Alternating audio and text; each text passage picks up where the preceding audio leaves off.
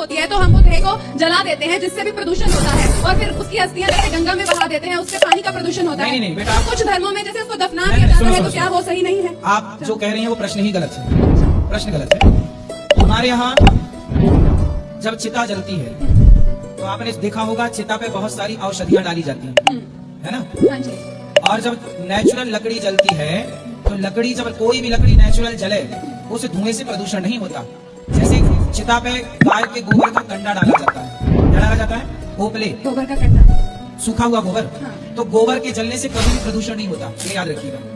प्रदूषण गाय के गोबर के जलने से नहीं होता। चिता पे गोबर और लकड़ी दोनों होती है, और बहुत सारी औषधियाँ, विशेष रूप से कपूर उसमें डाला जाता है, और कपाल मोचन क्रिया में घी डाला जाता है, ताकि प्रकृति दूषित ना हो। चिता पे जलाना इसलिए जरूरी है क्योंकि अभी कोरोना हुआ था, तो आपने सुना होगा कि भारत सरकार ने गाइडलाइन जारी की थी कि जो कोरोना से मरेगा उसे दफनाया नहीं जाएगा, चाहे वो किसी भी मजहब पंथ का हो, उसे जलाया ही जाएगा। सुनी थी ये गाइडलाइन की नहीं? बिल्कुल। क्यों, आप बताओ क्यों? क्योंकि वो जमीन पर, क्योंकि कोरोना का मरीज यदि जमीन पे गाड़ा जाएगा तो कोरोना के बैक्टीरिया जमीन के अंदर है, कोई और यदि वहां से गुजरा तो संपर्क में दूसरा आ सकता है, लेकिन जला दिया जाएगा तो खत्म हो जाएगा कोरोना बैक्टीरिया। इसलिए जलाना ही सबसे बड़ा विज्ञान है। वाह गुरुजी, वाह, गुरुजी की जय।